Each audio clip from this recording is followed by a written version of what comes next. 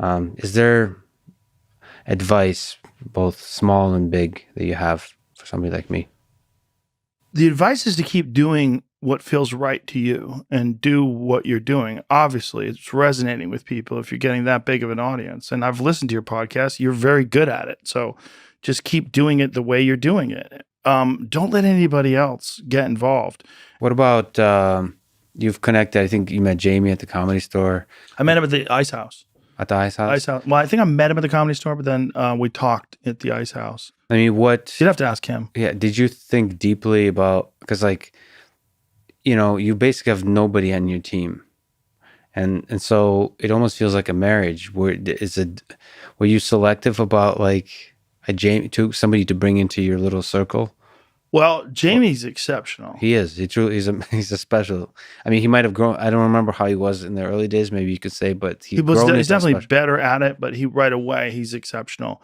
He's got very little ego. Yes. He's not a guy who needs a lot of attention. He's not a guy who overestimates anything. Like in terms of like negative or positive, like his interpretation of whether it's good things that happen to the show or bad things that happen to the show, he just takes it all like flat. He's chill. He's just cool as fuck, and he's so smart, and he's so good as an audio engineer and as a podcast producer. He's the best. But he's basically one of the only people on this whole team. So yeah, how do you find? I mean, when you let people in. I mean, I'm sure other people wanted to get involved. Like, why don't you have a co-host? Like, you basically kind of, well... Well, here's the problem with the co-host.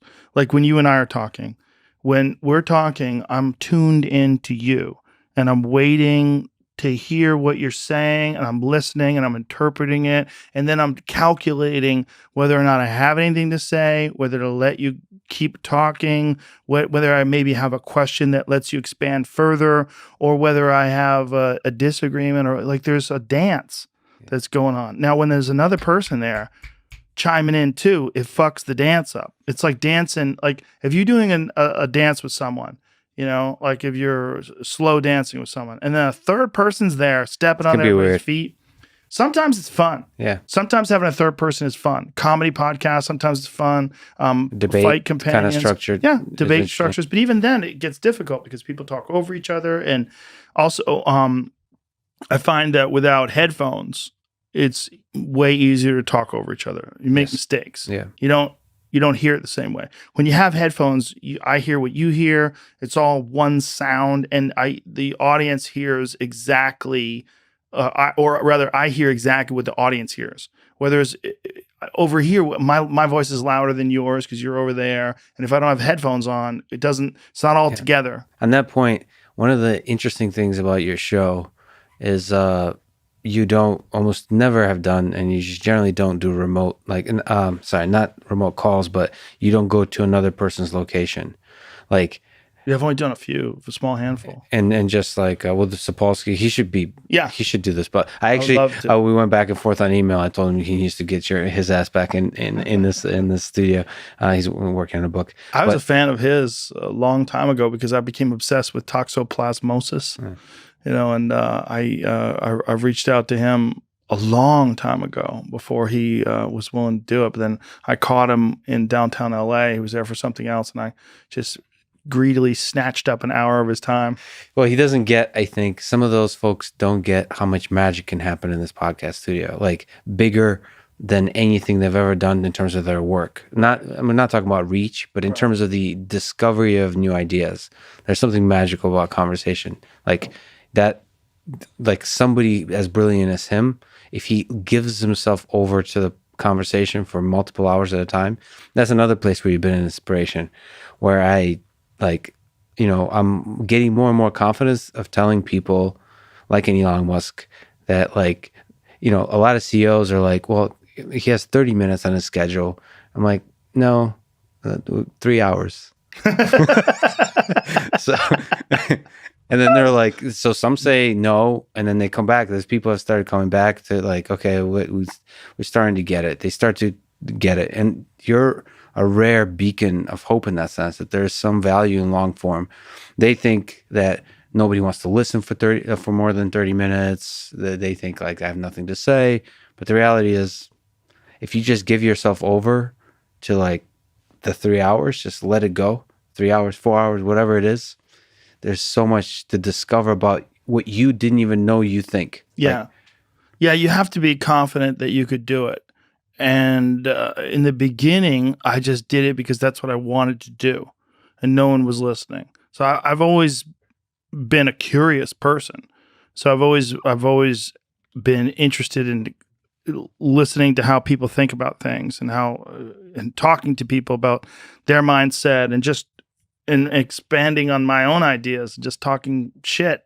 And so we would have these podcasts, and they would go on forever. And my my friend Ari, I never let him never let this die down. Never let him forget this. He was always like, "You have to edit your podcast. I'm telling you right now, you're fucking up."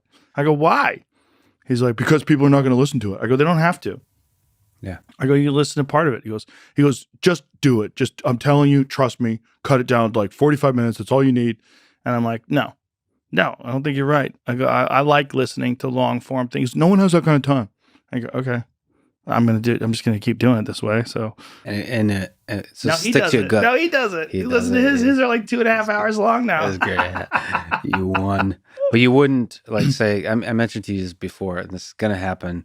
It's actually made a lot of progress towards it. I'm going to talk to Putin, but you wouldn't travel to Putin if you want to talk to you? Putin's a dangerous character. He's not. He's not. You ever talked to, have you seen the thing with Jerry Kraft where they stole his Super Bowl ring? Yeah.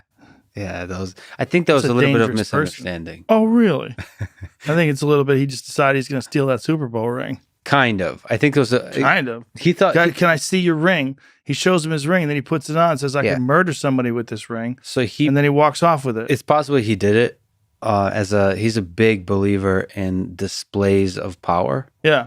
So like it's possible he did that, but I think he sees himself as like a tool with which to demonstrate that Russia still belongs on the stage of the big players. And so a lot of actions are selected through that lens. But in terms of a human being, outside of any of the evils that he may or may not have done, he is a really thoughtful, intelligent, fun human being. Like the wit and the depth from the JRE perspective is really interesting. I'm like his manager now, selling he's a judo guy. Trying to get Trump. He's really good at judo. I have seen him practice judo. He's a legit black belt. And not only that, he loves it, not just skill wise, but to talk about it, to reason about it, to think about it, to MMA as well. So you know, it'd be a good conversation. But you wouldn't travel to him. Well, that's hold to your principles. So that's the core of the advice. Just hold to whatever. I would rather. Here's the thing. There's not a person that I have to have on the show. Right. And I'm happy to talk to anybody. I'm just as happy to talk to you as I am to talk to Trump, as I am to, probably more happy to talk to you, as I am to talk to Mike Tyson, as I am to talk to Joey Diaz. I like talking to people. I enjoy doing podcasts. I enjoy talking to a variety of people, and I schedule them based on, I try not to get too many right-wing people in a row or too many progressive people in a row. I don't want to get repetitive. I try not to get too many fighters in a row. I try to balance it out. Not too many comedians. Comedians are the one group where I can have 3, 4 in a row, 5 in a row, because that's my tribe. You know, those are my people. It's easy. We can talk about anything. It's a weird dance, you know. The conversations that you're doing on a podcast are they're a strange dance, and you want to not step on your own feet, and you want to make sure that you do it in a way, do the podcast in a way that's entertaining for people. And conversations are learning how to talk to people. It's a weird skill. Yeah. It's a weird skill that took a long time for me to get good at. And I didn't know it was a skill until I started doing it. And then I just thought you're just talking. Like, I know how to talk. We'll just talk to people. And then along the way, I realized and then when you talk to people that are bad at it, you realize that it's a skill. Like particularly one of the things about my people, about comedians, is a lot of them tend to want to talk but don't want to listen. Right. Yeah. So they're waiting for you to stop talking so they can talk, but they're not necessarily thinking about what you're saying, and they're just waiting for their opportunity, or they talk over you, and I try real hard not to do that, and sometimes I fail, but when I'm at my best, I'm dancing. Yeah, ultimately the skill of conversation is just really listening.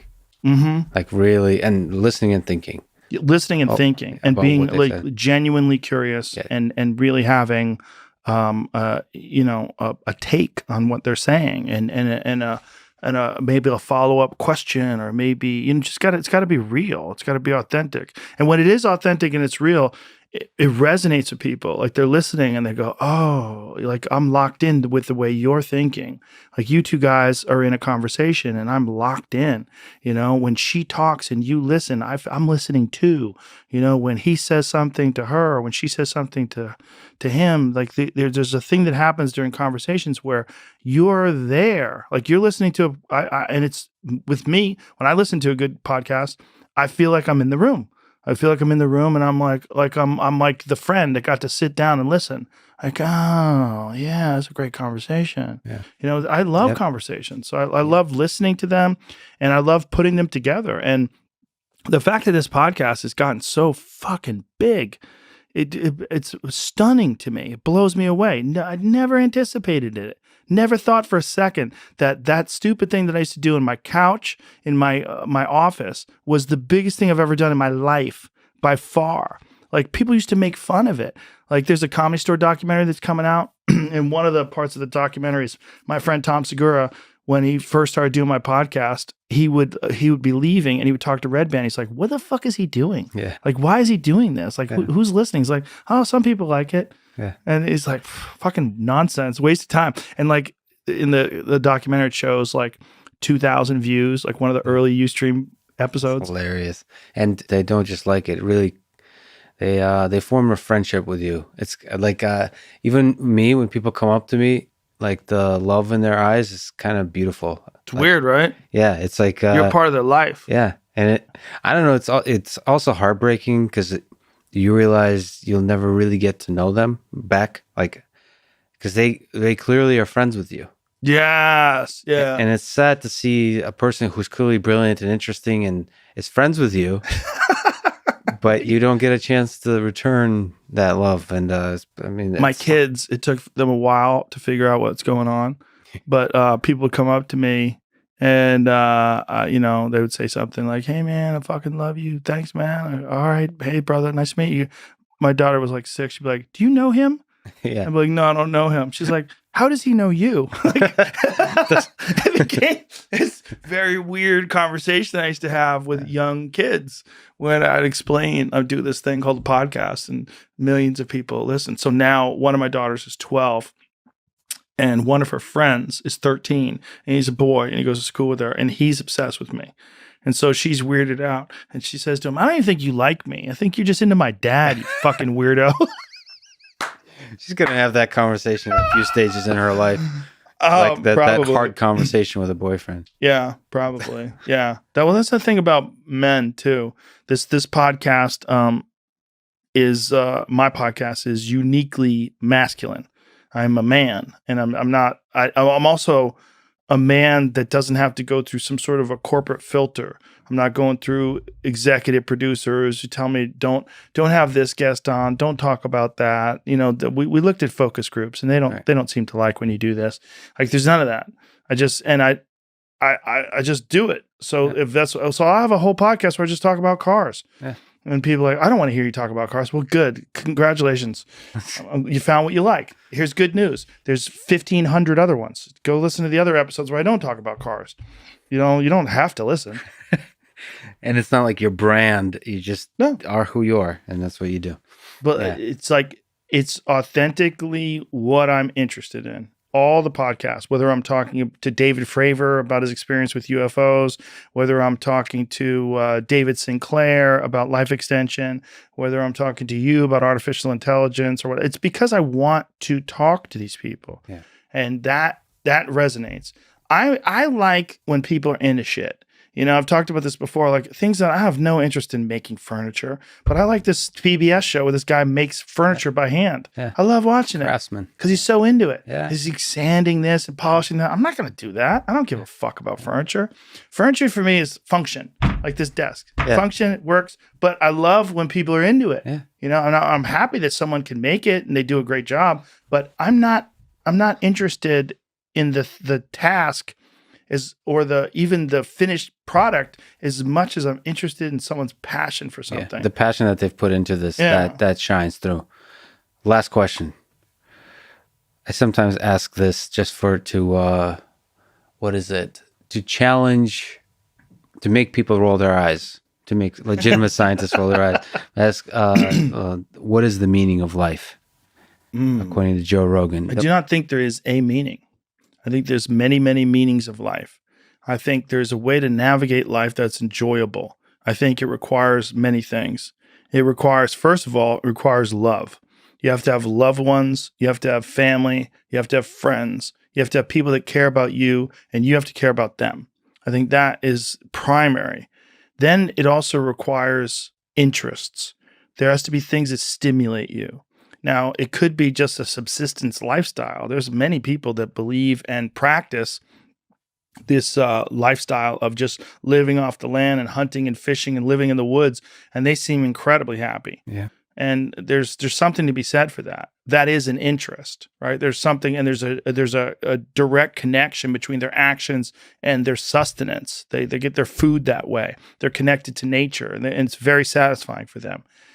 If you don't have that, I think you need something that is interesting to you, something you're passionate about.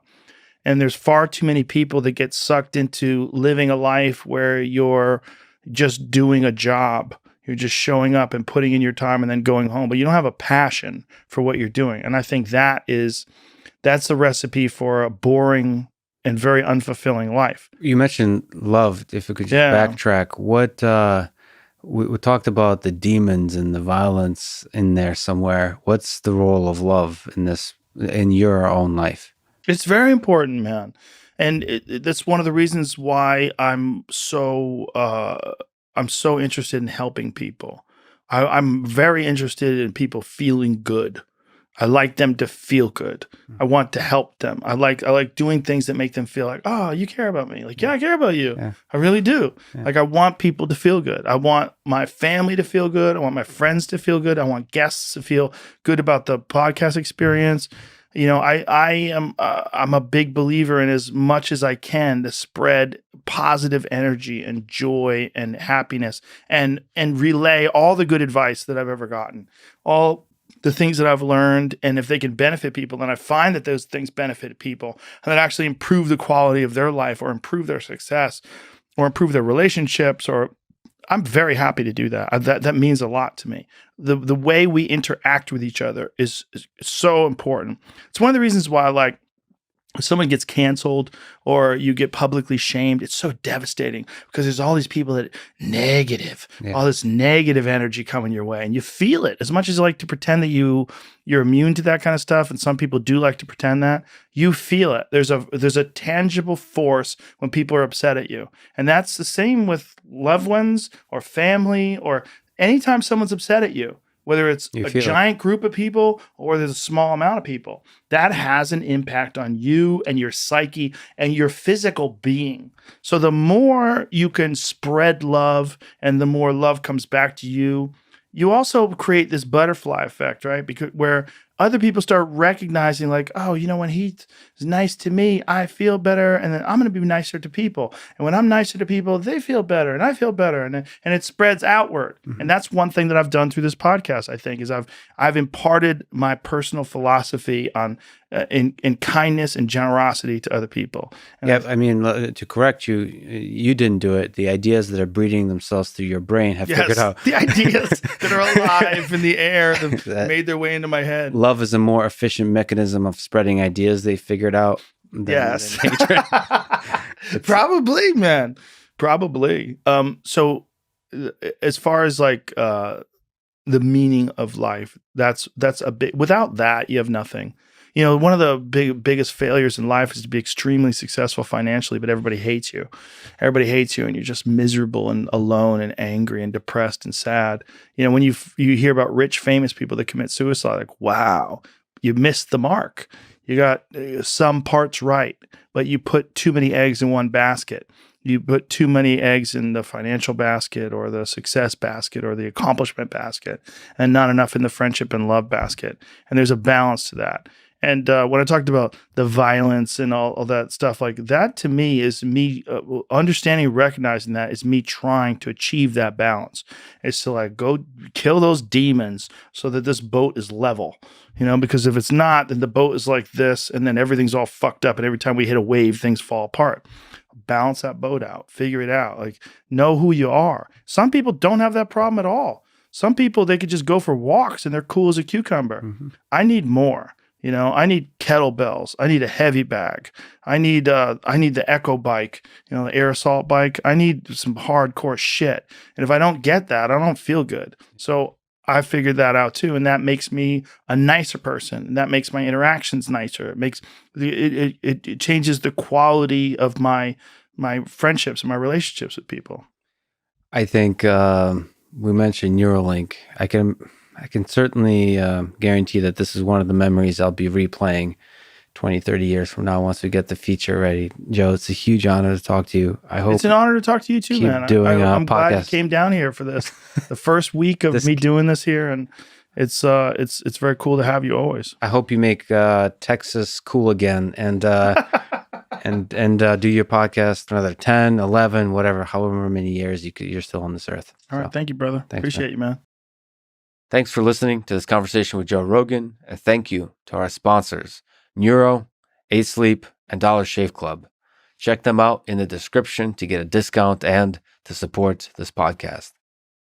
If you enjoy this thing, subscribe on YouTube, review it with 5 stars on Apple Podcast, follow on Spotify, support on Patreon, or connect with me on Twitter at Lex Friedman. And now, let me leave you with some words of wisdom from Joe Rogan. The universe rewards calculated risk and passion. Thank you for listening, and hope to see you next time.